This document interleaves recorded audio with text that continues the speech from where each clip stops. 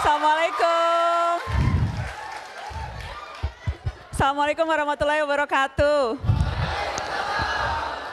Aduh seru banget, tapi gelap, aku nggak bisa ngelihat orang-orangnya. Ntar dulu, ini dari awal sampai akhir akan segelap ini nih. Masa sih? Kalau gelap susah instastory tahu. Iya kan? Nggak beneran panitia, ini akan segelap ini kita. Gelap-gelapan gitu. Oh baiklah. Baiklah. Selalu senang datang ke kampus. Selalu senang datang ke kampus. Karena saya selalu keinget zaman-zaman dulu waktu masih kuliah. Saya kuliah di Fakultas Hukum UI. Dan dari dulu itu selalu paling seneng kalau ada acara-acara kayak gini. Dari dulu selalu paling jadi seksi sibuk. Kayaknya semua jenis kepanitiaan pernah saya jalani deh. Dari mulai seksi acara, seksi dana, jadi LO, jadi seksi humas, apapun. Kayaknya you name it, gue udah pernah melakukan itu di kepanitiaan. Dan itu rasanya yang jadi pembeda sih. Kalau ditanya apa yang satu hal yang paling diingat di kampus, ya pelajaran ingat walaupun gak banyak-banyak. Masih kepake sih di Fakultas Hukum, masih kepake ilmu-ilmu yang aku pelajari. Tapi lebih ke pengalaman yang tercipta gitu. Lebih ke bagaimana kita berusaha meyakinkan orang atas peluang kesuksesan acara. Lebih ke kemampuan kita untuk lobby-lobby narasumber supaya mau datang. Lebih ke kemampuan untuk mempersuasi sponsor supaya mau bayarin kegiatan kita. Jadi berbagai pengalaman yang saya dapat di kampus ketika aktif di organisasi, ketika aktif di kepanitiaan, itu yang menurut saya justru menjadi highlight dari perjalanan karir saya. Jadi kudos untuk teman-teman panitia yang sudah bikin acara ini. Dan juga salut ke teman-teman yang mau meluangkan waktu untuk hadir dengerin orang-orang ngomong. Tapi masa sih gue satu-satunya cewek? Iya ya? Nggak bener nih. Nggak bener, harusnya minimal setengah pembicara harusnya cewek. Minimal. Bisa banget tuh ngerayu yang bilang cukup gue doang. Apa ya? Kita mau ngomongin apa ya guys? Karena terus terang kalau boleh jujur, saya dari pagi tuh padat banget. Tadi pagi tuh saya jadi pembicara Hari Anti Korupsi di Kementerian Keuangan sama Bu Sri Mulyani. Jadi di otak saya tuh masih banyak ngomongin korupsi. Cuma kita nggak akan ngomongin itu ya. Kita mau ngomongin apa? Terserah deh. Kita mau ngomongin apa? Judulnya apa sih kita? Judulnya Youth for Politics ya? Ngomongin politik ya? Oke, mari ngomongin politik. Politik. Saya jadi, udah 2 tahun ini saya punya media sendiri, namanya Narasi TV, startup media. Sebelumnya saya kerja di Metro TV, stasiun TV berita, dan saya di Desk Hukum dan Politik. Jadi hampir 20 tahun saya berurusan sama politisi. Hampir 20 tahun saya liputan either di, waktu itu namanya belum KPK, tapi masih KPKPN, Komisi Pemeriksa Kekayaan Penyelenggara Negara. Desk saya tuh selalu ditaruh kalau nggak di kantor polisi, di pengadilan. Saya pernah jadi wartawan istana, saya jadi wartawan TNI, jadi ngeliput berbagai kegiatan TNI.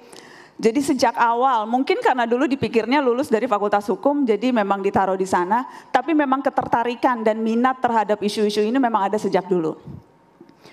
Tapi makin kesini, dan sedihnya teman-teman, saya melihat terutama anak muda melihat politik itu menjadi berbeda. Saya nggak mau bilang anak muda kita apatis, walaupun ada penelitian yang menunjukkan anak muda nggak peduli politik, tapi saya berani berdebat 7 hari 7 malam sama orang yang bilang itu, karena dari pengalaman saya bertemu dengan mahasiswa, dengan dedek-dedek, menyelenggarakan mata najwa di daerah-daerah, itu selalu penuh dengan anak muda. Kuncinya memang bagaimana kita menunjukkan politik bukan hanya sekedar ribut-ributnya elit. Tapi politik sebagai rangkaian kebijakan publik yang berpengaruh di setiap lini kehidupan kita. Politik bukan hanya ngaruh ketika 5 tahun sekali kita milih pemilu, atau pada saat kita memilih pemimpin daerah, tapi politik itu artinya setiap hal yang menyangkut hidup kita. Dari mulai kita belum lahir, kita udah diurus dengan politik loh. Sampai kita mati liang lahat, undang-undang pemakaman dan sebagainya. Seluruh aspek dari kehidupan kita itu diatur oleh politik. Kalau kita melihat politik sebagai rangkaian kebijakan publik, bukan hanya elit yang sibuk berantem sendiri. Tetapi sayangnya memang, definisi politik yang seperti itu yang sudah kabur dan seolah-olah dijadikan patokan oleh anak muda. Sehingga kemudian wajar ada yang bilang anak muda nggak peduli politik. Padahal makin kesini saya melihat, ya mungkin saja mereka apatis, tetapi apatisnya tetap kritis. Mereka memisahkan antara urusan politik dan sosial. Padahal sekali lagi itu tidak bisa dipisahkan. Ketika ada permasalahan ekonomi, mereka akan berlomba-lomba bikin perusahaan sendiri, bikin startup. Bukan berusaha masuk ke sistem untuk memperbaiki kebijakan undang-undang atau pajak misalnya. Ketika melihat ada ketidakadilan, bukan datang ke kantor partai politik untuk mengadukan, tapi bikin petisi di change.org. Ketika melihat ada orang yang terugikan, bukan ngadu ke polisi karena mungkin justru malah tambah rugi. Nggak ada polisi kan di sini? Nggak apa-apa kalau ada juga gue cuek.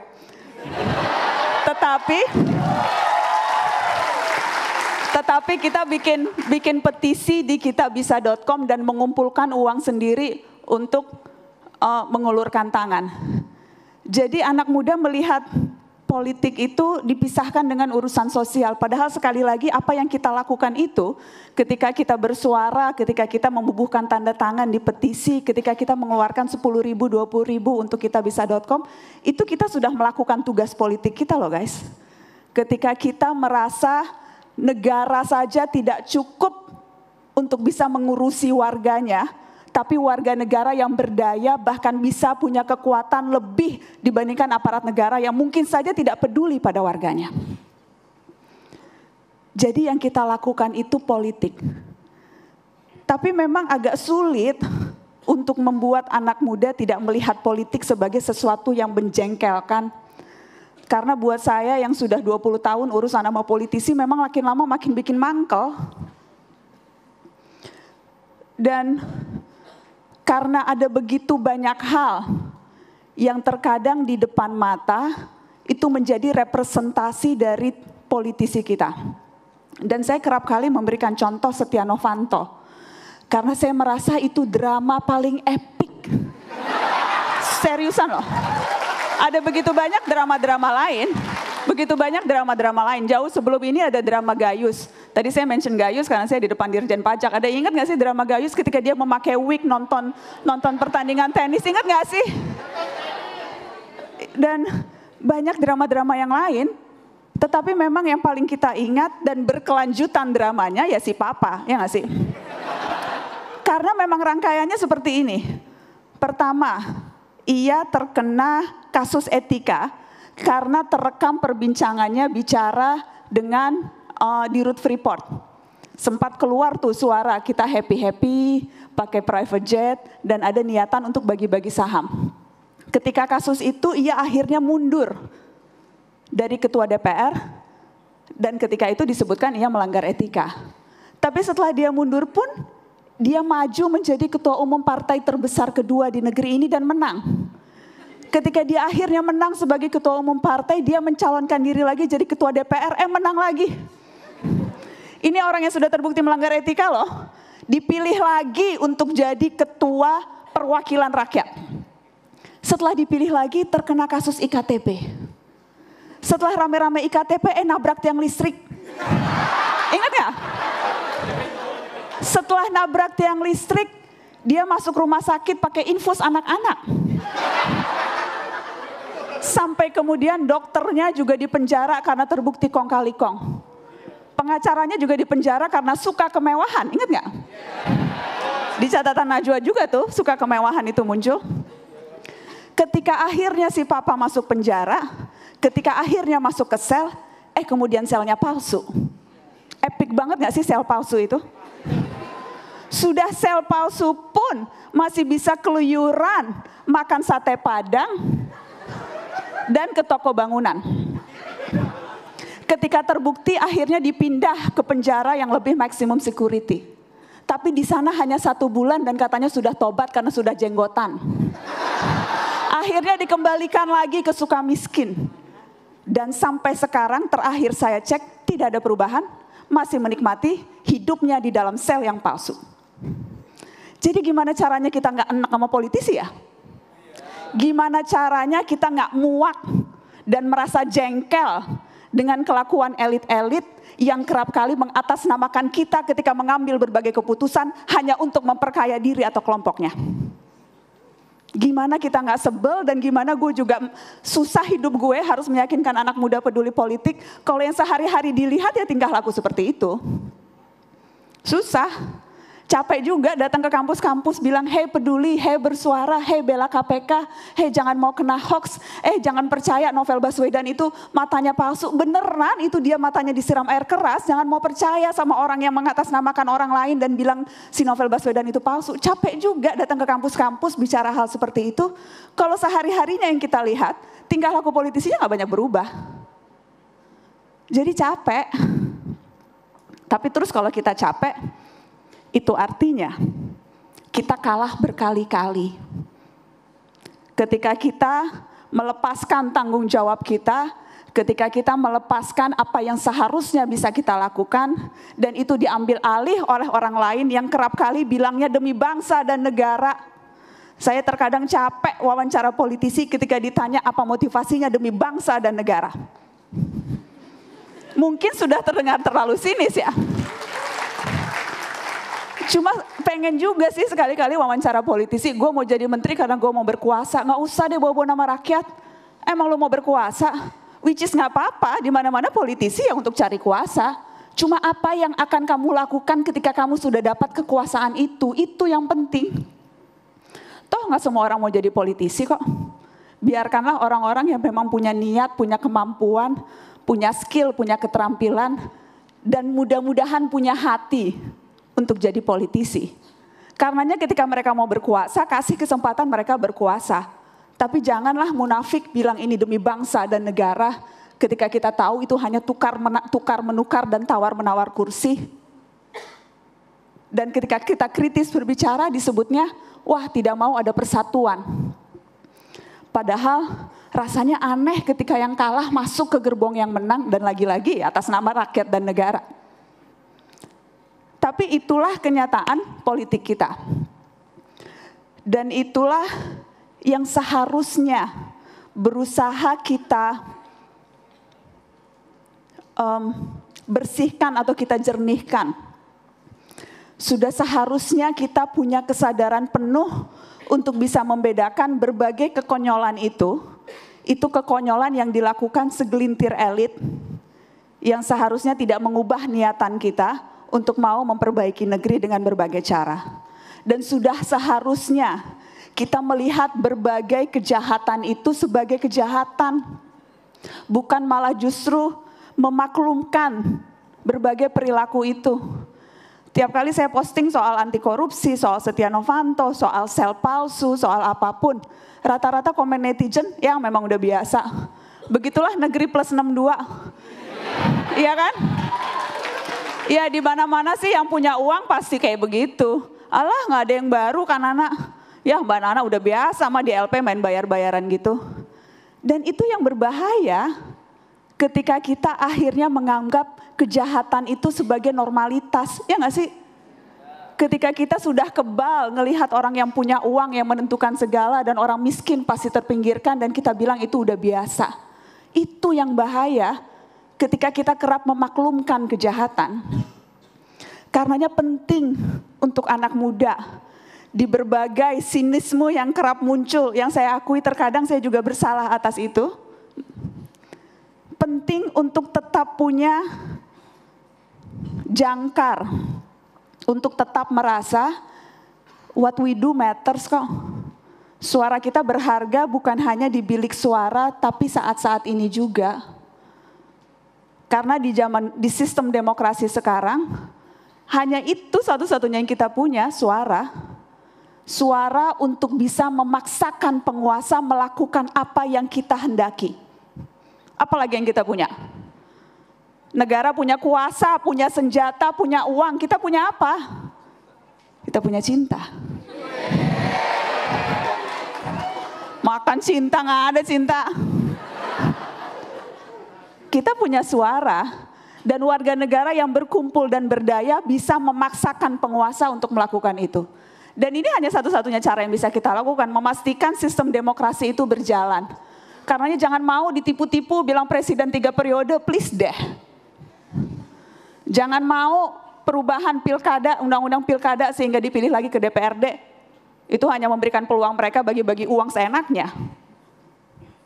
Jangan mau hak-hak kita bersuara itu dilemahkan sehingga kita tidak berani untuk berteriak. Cuma itu yang kita punya, tapi itu akan menjadi sangat powerful teman-teman. Kalau kita berkumpul, kita membentuk barisan sendiri dan kita menunjukkan apa yang kita mau. Karena kuasanya akan berbalik di kita. Itu yang pertama. Dan yang kedua, di zaman teknologi sekarang, ada begitu banyak cara kok untuk kita melakukan sesuatu. Dan ada begitu banyak kesempatan untuk menghubungkan yang di barat dan di timur, di Aceh dan Papua. Untuk punya sekelompok orang yang ada pemahaman, sikap, dan minat tertentu untuk melakukan sesuatu. Dari hal-hal kecil sekalipun, ada begitu banyak gerakan-gerakan yang tumbuh di daerah. Gerakan Sabang Merauke, pertukaran pelajar antar daerah. Ada gerakan pencerah Nusa waktu itu, mengirimkan dokter ke daerah. Ada gerakan Indonesia Mengajar. Ada begitu banyak gerakan yang diinisiasi yang memungkinkan kita bergerak dan melakukan sesuatu. Saya ingat di Mata Najwa waktu itu kita pernah bikin seri soal PSSI bisa apa. Sampai 5 kali tuh minimal yang di Trans 7 ya. Sebelumnya di Metro bolak-balik ngomongin PSSI karena memang saya sejak dulu suka bola. Dan rasanya kalau bisa nunjuk siapa yang paling tanggung jawab atas kekalahan beruntun dan ketidakjujuran di sepak bola kita adalah federasi yaitu PSSI. Jadi saya memang punya dendam kesumat sama PSSI. Mohon maaf yang bapaknya orang PSSI. Tetapi setelah sekian lama kita bikin PSSI bisa apa? Saya sampai pada kesimpulan hashtagnya ganti. Kita bisa apa? Jangan berharap pada orang lain. Berharap pada negara boleh sedikit-sedikit. Tapi seperti biasa berharap terlalu banyak kita akan gampang kecewa ya. Jadi kita bisa apa? Dan kita bisa melakukan banyak hal teman-teman. Kita bisa melakukan banyak hal asal saja kita berkumpul, meraptakan barisan, menjaga kekompakan, dan tidak terpengaruh oleh suara-suara setan. Suara-suara berhala yang berebut kuasa. Kita bisa apa akan jadi mantra kalau kita betul-betul percaya pada kekuatan diri sendiri dan itu yang namanya politik. Jadi jangan lihat politik sebagai rame-ramenya elit, politik adalah ketika kita bisa menggunakan tangan, suara, dan daya kita untuk mengubah negeri tercinta. Terima kasih.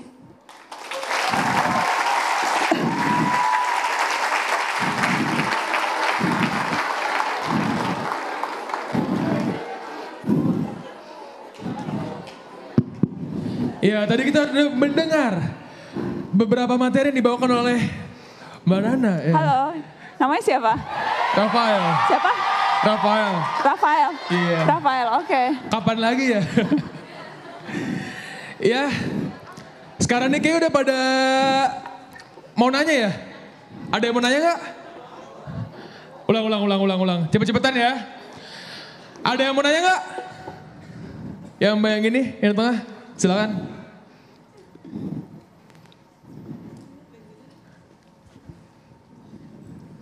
Silakan Mbak. Assalamualaikum warahmatullahi wabarakatuh. Waalaikumsalam. Nama saya Zahra Zafira dari jurusan Hubungan Internasional.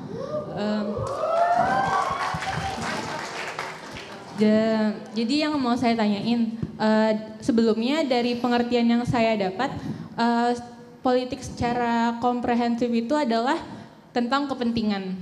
Maka dari itu di kalangan atas banyak penyimpangan di bidang politik. Karena pada dasarnya politik itu adalah untuk menyampaikan kepentingan masing-masing individu. Yang mau saya tanya, apa tanggapan Mbak Nana tentang peran wanita di dunia perpolitikan? Dan bagaimana cara dan apa yang telah Mbak Nana lihat secara faktual di lapangan tentang bagaimana sih peran wanita di perpolitikan Indonesia? Ya, silakan dijawab Mbak Nana. Ya, langsung dijawab apa ditampung dulu? Langsung dijawab aja Mbak. Satu lagi deh biar sekalian. Oke, satu pertanyaan lagi. Satu pertanyaan lagi ada? Ntar kamu ingetin ya apa pertanyaannya. Kenapa? Ntar kamu ingetin pertanyaannya apa. Tugas moderator gitu ngingetin. Siap, kalau aku siap. lupa ya. Ya, ulang.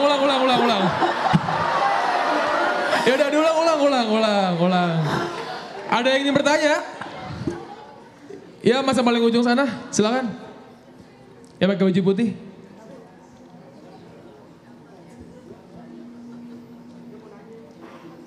Perkenalkan, saya Aditya Pratama, saya dari SI. Saya mau nanya SI apa? untuk Sistem informasi. Oh, oke. Dari sekian banyak minat atau yang lainnya, kenapa Mbak Nana milih politik? Makasih. Thank you. Oke, dari pertanyaan pertama itu, bagaimana peran wanita yang secara faktual dalam dunia politik, terutama di Indonesia? Bener kan? Siapa tadi yang nanya namanya? Tadi yang nanya dari jurusan hubungan internasional ya? Betul, iya. Namanya siapa? Udah kayak politisi nih ngeles. Namanya siapa tadi? Tuh kan? Dinda ya? Siapa? Kamu gak mau kenalan dulu? Oh iya, namanya siapa?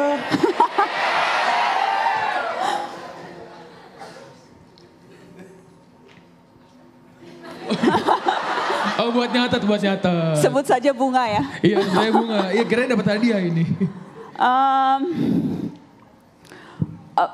Menurut saya masih jauh dari yang dibutuhkan.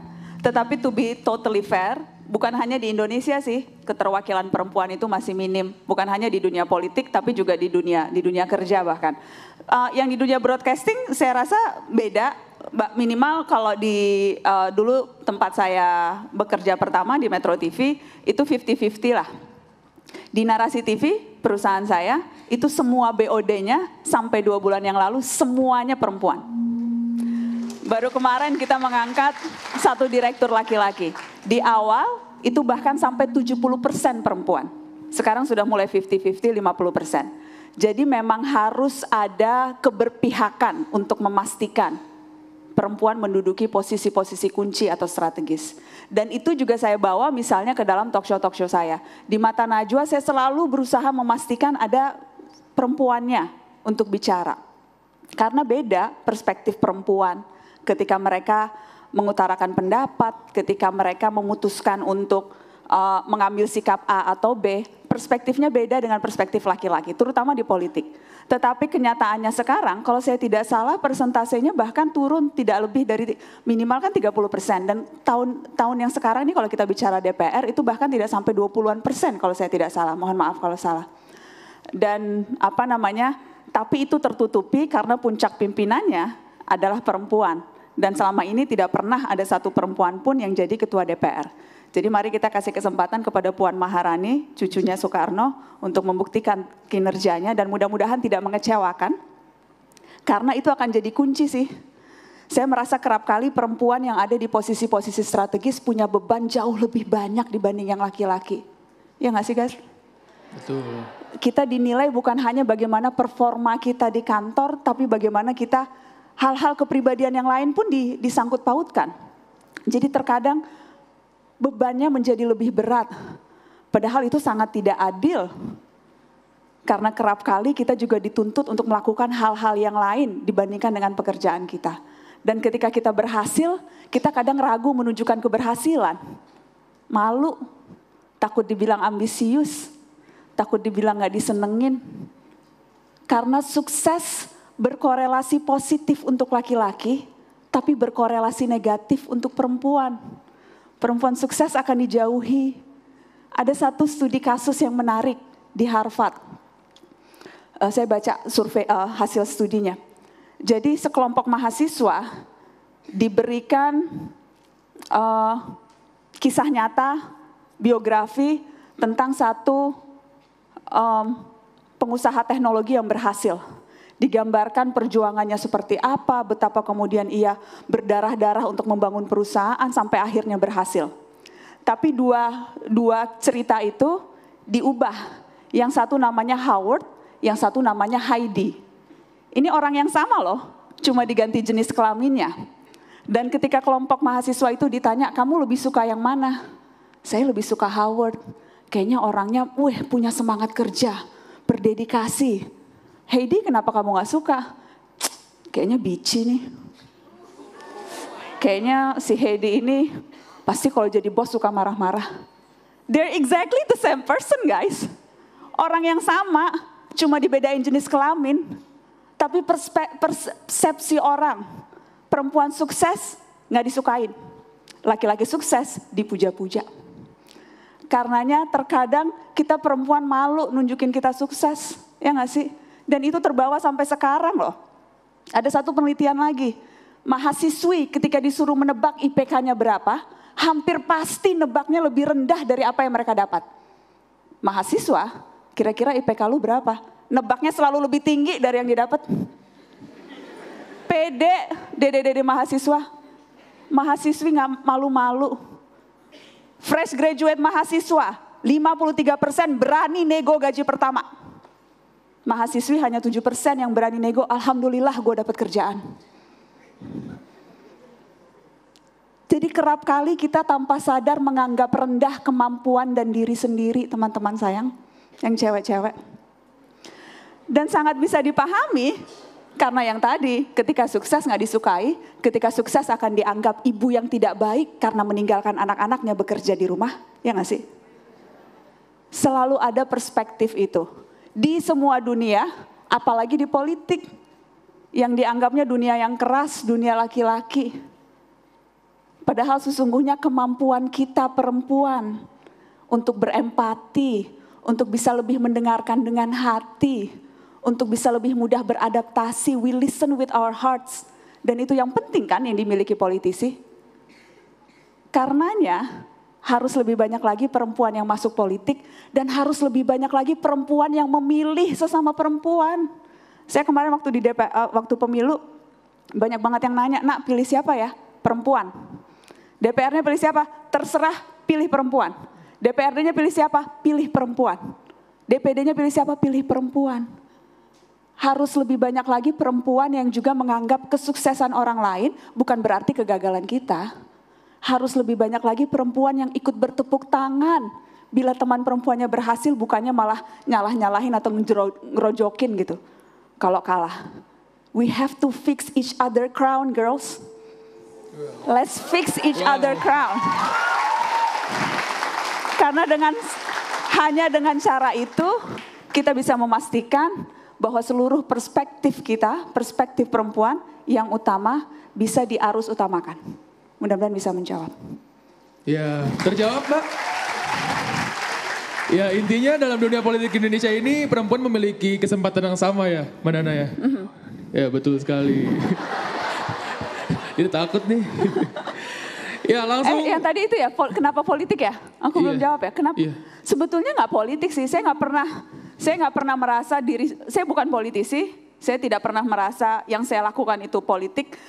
Kalau dalam perspektif berebut kepentingan atau kekuasaan tertentu, tapi bahwa dalam perspektif politik itu berbagai hal seperti yang tadi saya bilang yang mempengaruhi seluruh kehidupan kita, berarti ya bisa saja disebut seperti itu. Karena saya merasa itu yang bisa mengubah banyak hal dan lewat narasi TV sekarang, saya punya kesempatan tidak hanya seminggu sekali muncul di televisi, tapi memastikan ada begitu banyak konten yang bisa kita keluarkan. Lewat narasi TV saya bisa bikin komunitas yang ada di seluruh Indonesia. Sekarang komunitas Mata Kita, and I hope you guys will join. Komunitas Mata Kita itu ada di 34 provinsi yang terdaftar sudah hampir 200.000 orang. Dan mereka melakukan kegiatan di daerah masing-masing sesuai yang penting dan relevan dengan apa yang ada di daerahnya. Komunitas Mata Kita di Maluku misalnya, itu banyak kegiatan sosial, toleransi. Kemarin saya baru dari Jogja. Komunitas Mata Kita di Jogja, banyak mahasiswa, kita bikin conference, banyak juga kegiatan literasi. Besok saya mau ke Banjarmasin, minggu depan saya akan ke Palembang. Jadi di setiap kota komunitas Mata Kita ini berkumpul dan melakukan kegiatan yang relevan. Dan sekali lagi kuncinya itu sih menurut saya. Jadi mengartikan politik bukan hanya sekedar rame-rame, tapi apa yang bisa kita lakukan. Dan menurut saya itu nilainya tidak ternilai sih. Ketika bisa berdampak dan berpengaruh pada orang lain. Ketika bisa membuat orang lain terprovokasi dalam tanda kutip. Ketika bisa membuat orang lain tergerak mau melakukan sesuatu. Ketika karya kita berhasil mengubah kebijakan atau minimal mengubah satu orang saja untuk melihat dari perspektif yang berbeda. Kalau itu namanya politik, then yes, I'm doing politics. Ya, jawabannya dapat Mas. Dapat, mantap. Oke. Ayo kita kembali ke pertanyaan berikutnya. Ulang. Cepet-cepetan ya. 1, nggak boleh gini, pelan-pelan. 1, 2, 3. Ya mbaknya deh.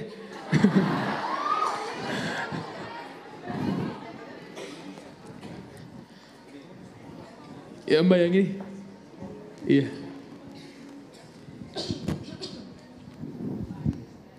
Halo, Assalamualaikum warahmatullahi wabarakatuh. Waalaikumsalam warahmatullahi wabarakatuh. Mbak Nana ini inspirator saya banget. Aduh. Wow. Jadi seneng banget. Biasanya kan Mbak Nana yang bertanya, tapi kali ini Mbak Nana yang Kamu ditanya. maju deh, maju. Boleh nggak? Ayo. Maju. Mimpi apa ya semalam ya mbak ya? Lari. Ya tepuk tangan dulu buat Mbak yang ini.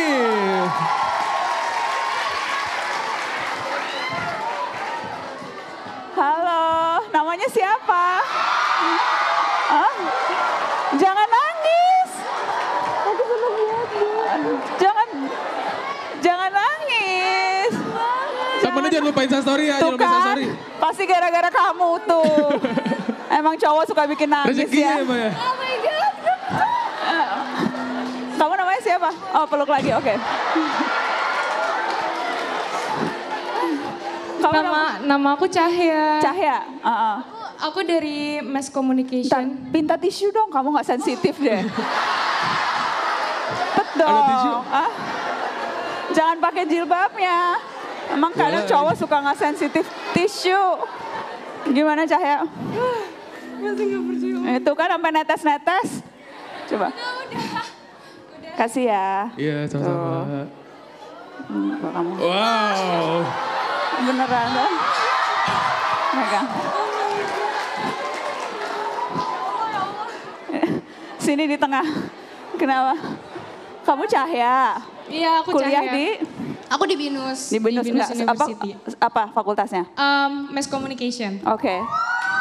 Aku Semester berapa? Aku baru semester 1. Baru masuk? Iya. Oke. Aduh maaf ya, masih. Kamu mau minum? Enggak usah. Oke. Aku mau nanya. Nggak, maksudnya aku mau nyuruh dia ngambil minum sih.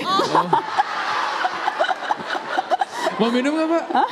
Mau minum? Enggak. Oh enggak. enggak. Iya, Ini iya. nangisnya Oke. karena terharu aja. Oke. Ya Gimana, masa sedih Cahya? Mbak? Jadi aku mau nanya Mbak Nana, kan Mbak Nana kan udah di dunia jurnalis itu kan udah hampir 20 tahun lebih kan. Aku tuh udah ngikutin Mbak Nana dari Mbak Nana di Metro TV pertama kali ada Mata Najwa. Sampai akhirnya sekarang pindah ke Trans 7. Dan aku juga ngelihat perkembangan politik ini kan semakin lama semakin terlihat gitu ya. Kepalsuan di dalamnya gitu. Nah, yang aku pengen tanya ke Mbak Nana, sebagai seorang jurnalis, kita itu kan punya kode etik jurnalis. Ya dimana ada di asas demokratis, kita itu perlu mementingkan kepentingan publik.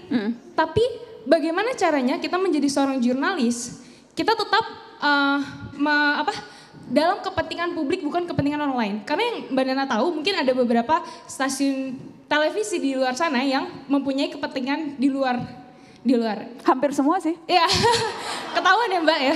Pokoknya, sebagai seorang jurnalis nih, misalnya aku nanti insya Allah bakal terjun ke dunia jurnalis langsung gitu. Amin. Seperti Mbak Nana, amin ya Allah. Oke. Terus bagaimana sih Mbak aku bisa melewati hal itu? Oke. Aku ingin tetap melakukan kode etik tersebut walaupun aku dalam situasi yang dimana perusahaan itu ada kepentingan lain. Seperti itu. Oke. Terima kasih Mbak Nana. Sama-sama. Kita mau selfie dulu. Kamu mau selfie nggak? Mau. Mau difotoin aja nggak Mbak? Gimana? Backlight ngadep sini.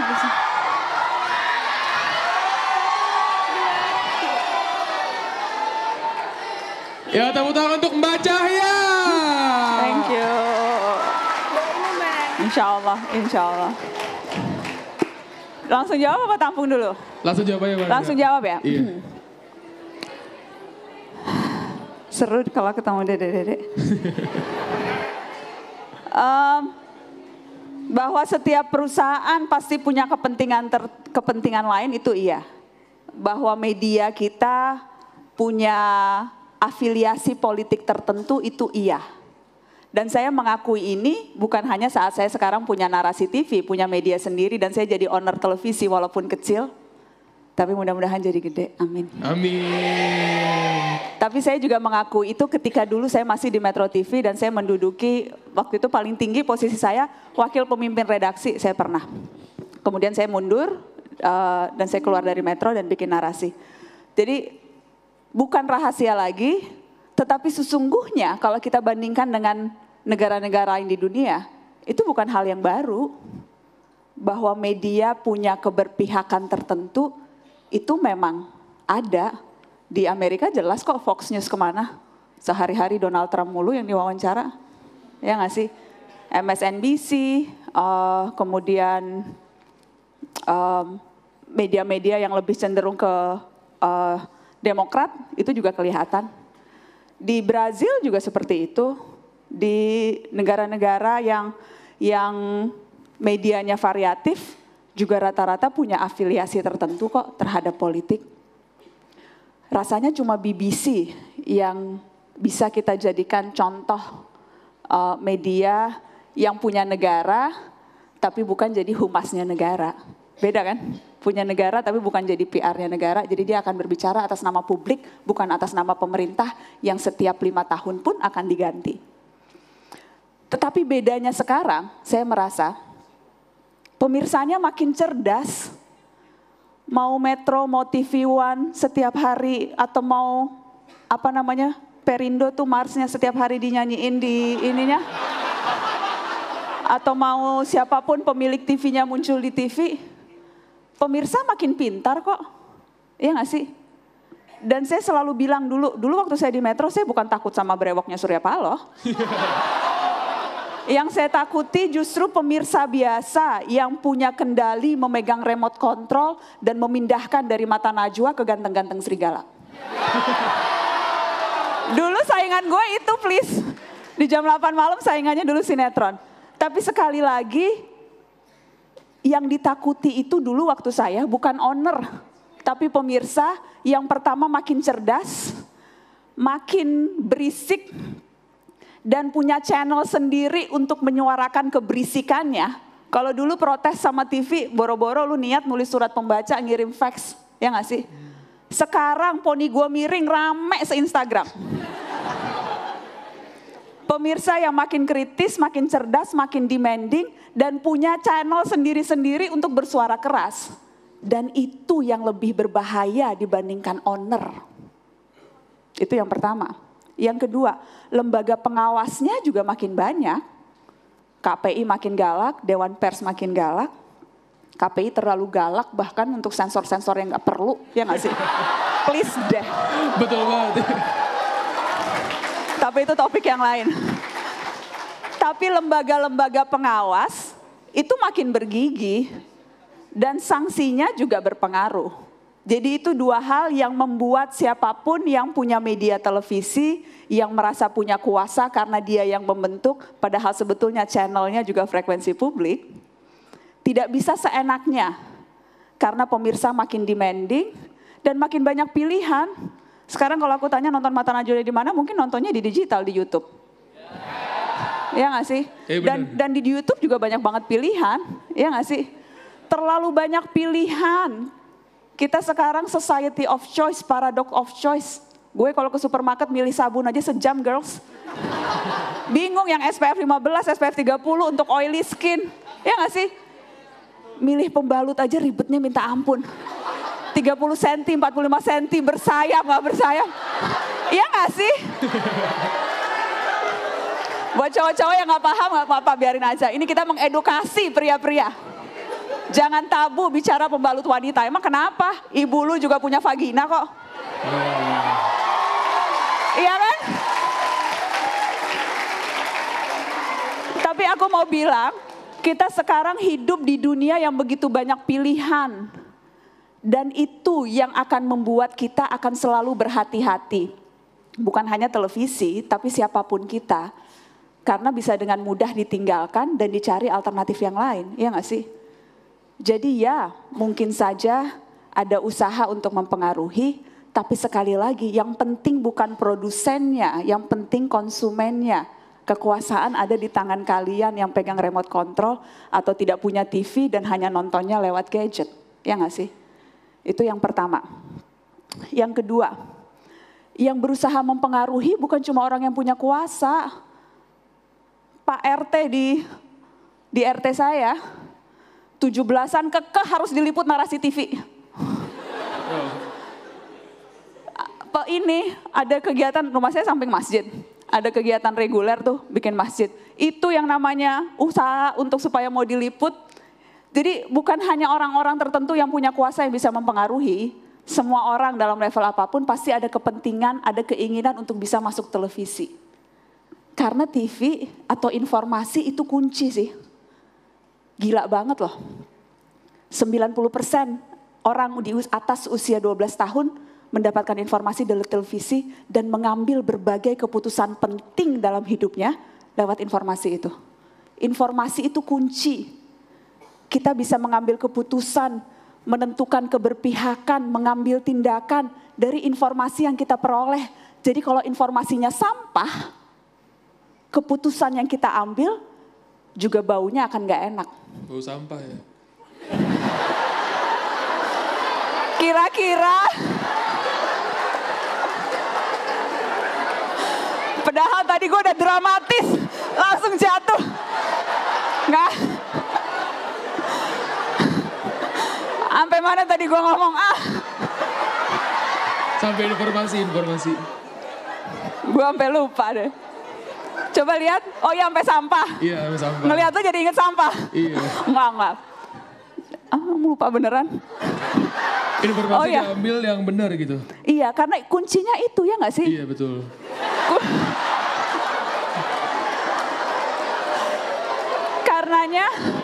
Karenanya penting untuk siapapun yang ada di industri ini, bukan hanya untuk orang televisi, bukan hanya untuk wartawan, untuk konten kreator, untuk dede-dede yang suka bikin channel YouTube atau bikin IG story 15 detik sekalipun, untuk citizen jurnalis, untuk orang yang memang menyampaikan informasi.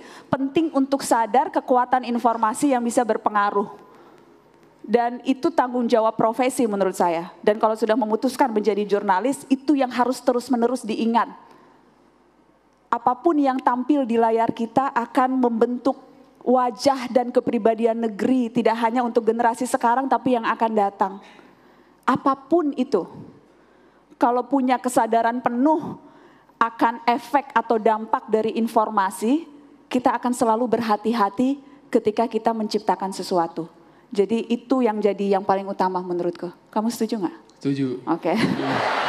Ya tepuk tangan dulu dong buat Mbak Najwa Shihab. Ya kita masih ada satu penanya lagi. Ulang. Semangat amat sih. Pada mau ke depan ya. Ayo ulang ya. Ulang. 1, 2, 3. Yaudah Mas, silakan Mas. Iya.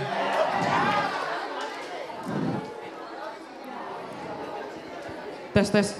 Galak yang sebelah sini nih. Saya maju juga kan Mbak? Mana? Mau. Wah.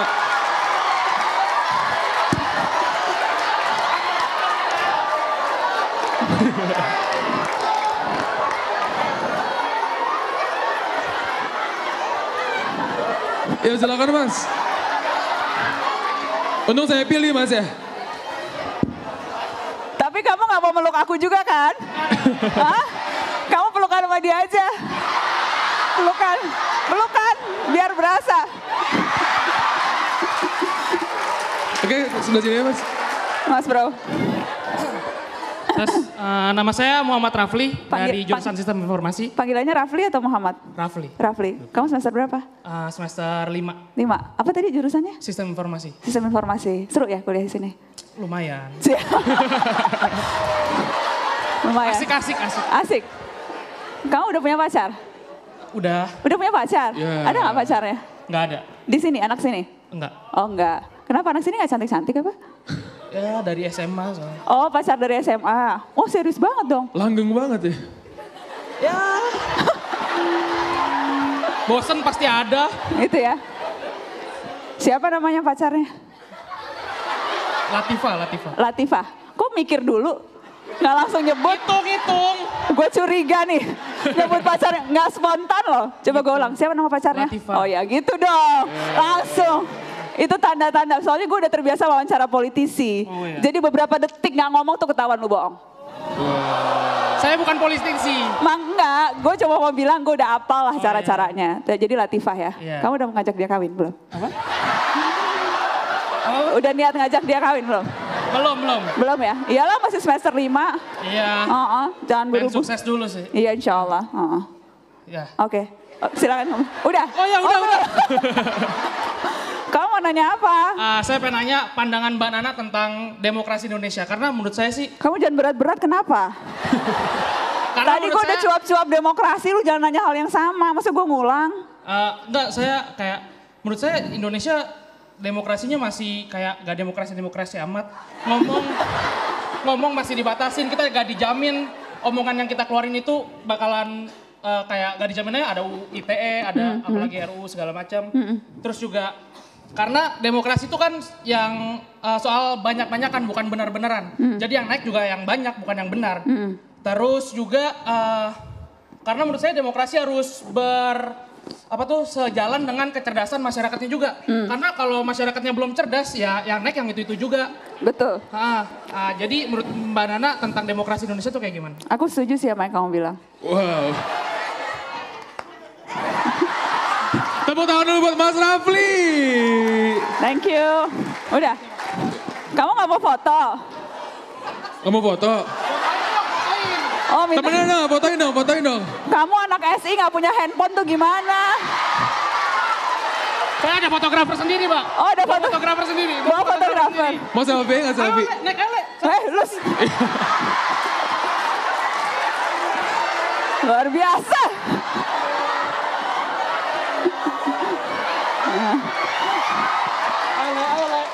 Ke sana.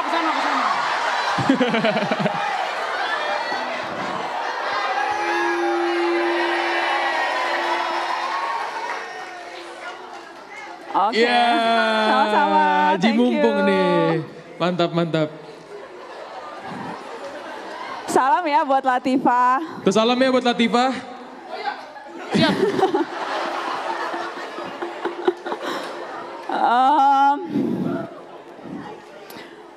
Menurut saya upaya untuk mengurangi hak-hak dan kebebasan warga negara itu selalu ada. Selalu ada upaya itu, bukan hanya sekarang, bukan hanya di negeri ini, tapi di berbagai belahan dunia manapun. Selalu akan ada upaya untuk mengekang kebebasan individu. Undang-undang ITE kita teriak-teriak soal itu udah lama banget ya nggak sih? Sudah pernah ada revisi, diperbaiki, tapi korban juga masih terus berjatuhan. Dan yang lebih membahayakan sekarang menurut saya adalah ketika kekritisan itu dianggap bukti tidak cinta negeri. Menurut saya yang berbahaya kalau sudah ada sekelompok pandangan orang yang menilai kalau kita bersuara keras itu artinya kita tidak pro kebaikan. Ketika kata-kata baik disematkan hanya pada kelompok tertentu dan yang tidak sama dengan orang itu berarti tidak baik. Itu menurut saya yang harus kita cermati hati-hati. Dan ketika ada upaya-upaya untuk mengembalikan lagi Indonesia ke zaman sebelum reformasi, itu yang harus betul-betul kita waspadai. Rasa-rasanya tidak ada politisi yang seberani hari-hari ini loh.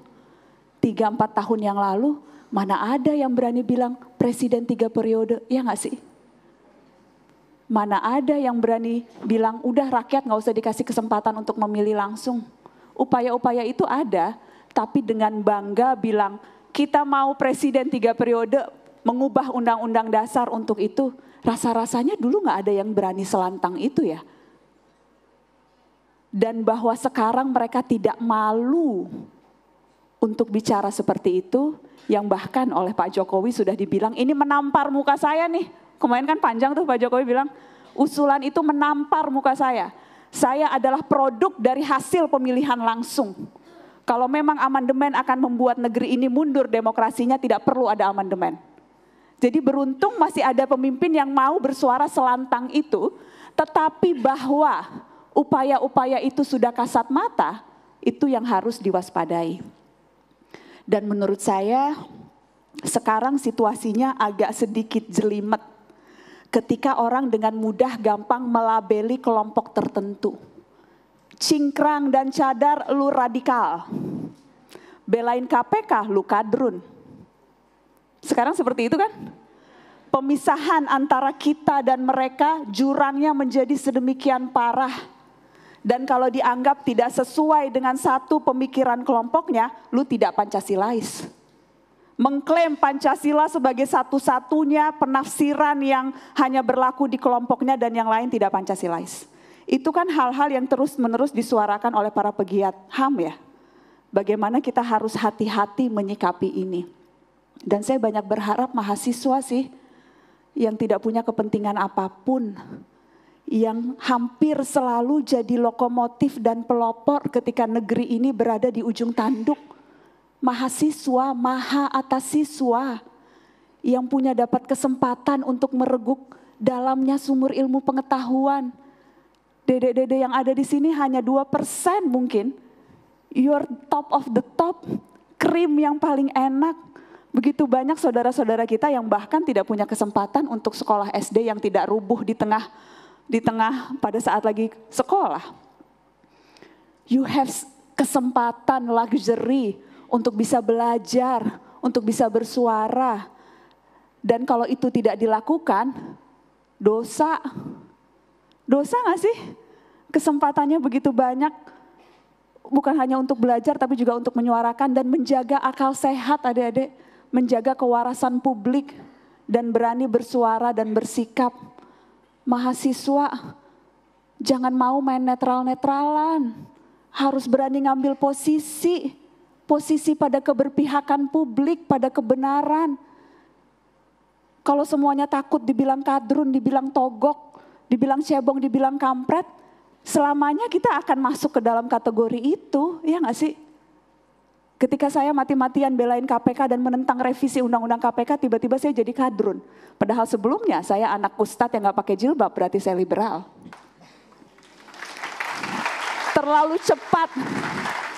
Terlalu cepat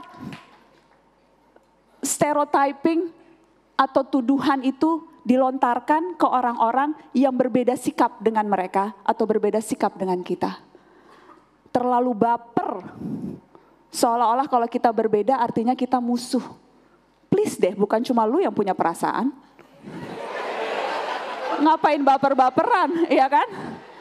Dan itu mahasiswa tuh harus jadi seperti itu, harus mengutamakan akal waras, harus sehat mental juga, supaya nggak kebawa-bawa kalau dikatain macam-macam sama netizen. Jangan peduliin itu, let's just focus on ourselves. Dan berani untuk bicara, berani untuk speak up, karena itu kunci dari kualitas demokrasi. Bukan pada pemimpinnya, bukan pada anggota DPR-nya, bukan pada polisinya, dan sayang sekali bukan pada KPK-nya yang sekarang tidak berdaya. Tapi kualitas demokrasi ditentukan oleh kita yang punya suara. Iya, terjawab gak Mas Rafli? Terjawab ya? Mantap. Oke, ada yang mau nanya lagi? Udah habis. Maaf. Ya, kita langsung ke yang berikutnya, yaitu pemberian plakat kepada Mbak Najwa Shihab oleh Trisna Prandawa selaku perwakilan dari Binus TV. Untuk Kak Trisna, kami persilakan.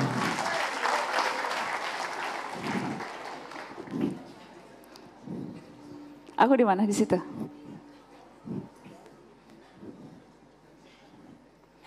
Terima kasih. Di Mana foto kamu? dulu, silahkan.